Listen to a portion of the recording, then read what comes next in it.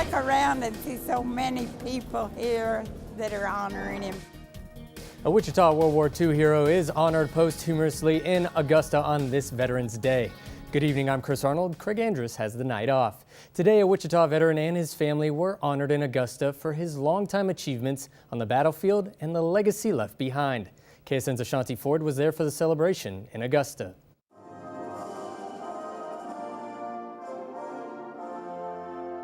Veterans Day is an opportunity to honor and show appreciation for those who served our country and protected our freedom.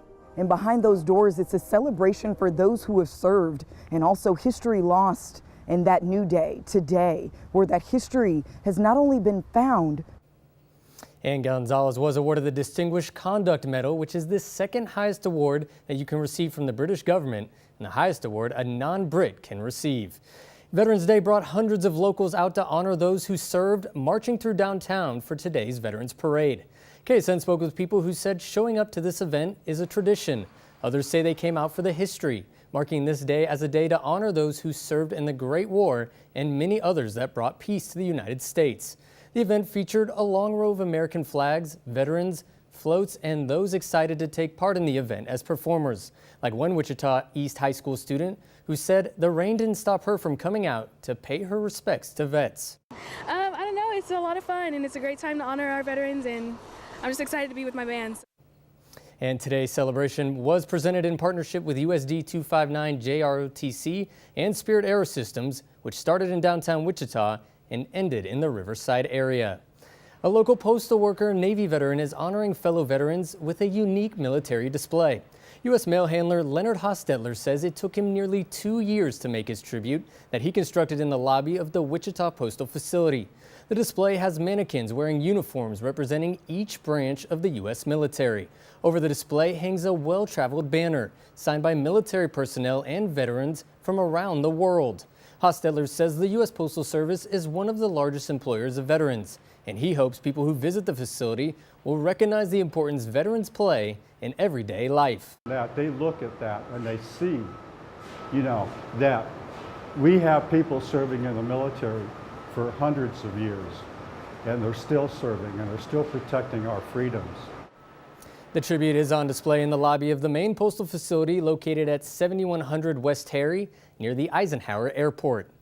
Now, days before returning home from a whirlwind trip to Asia, President Donald Trump is back on the defensive over Russian election meddling.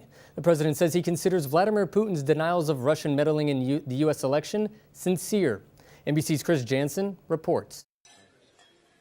President Trump here in Hanoi causing some controversy back home, siding with Vladimir Putin over U.S. intelligence agencies who say. And in Alabama today, embattled Republican Senate candidate Roy Moore spoke out against allegations of sexual misconduct at a Veterans Day event outside of Birmingham.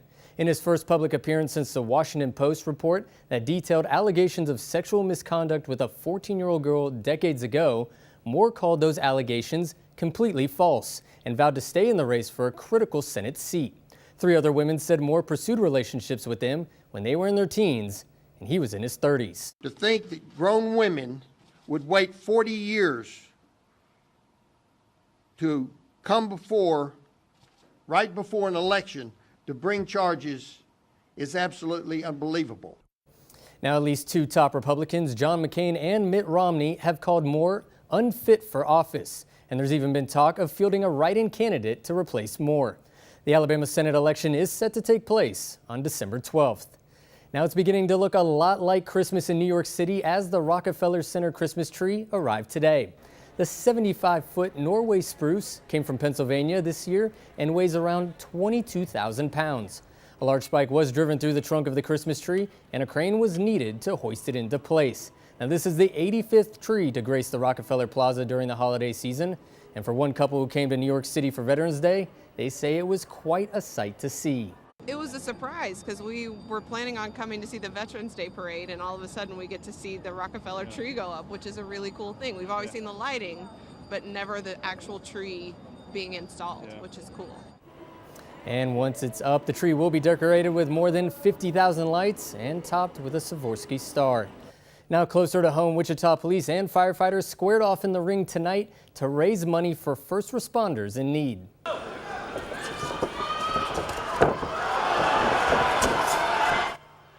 The Cuffs and Axes Charity Boxing Classic took center stage at the Wichita Sports Forum, where it was the red team against the blue team.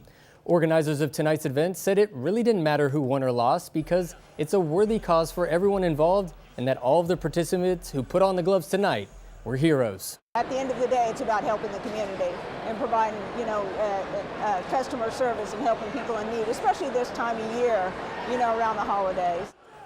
Now, KSN was also one of the many proud sponsors of tonight's event. Much of the money raised will go to nonprofits that help our local law enforcement and firefighters who are injured or facing hardship. Coming up on KSN News at 10, will K-State make a bowl? A win against West Virginia today would do it. Highlights coming up in sports, but first, a check of weather. You're watching KSN News.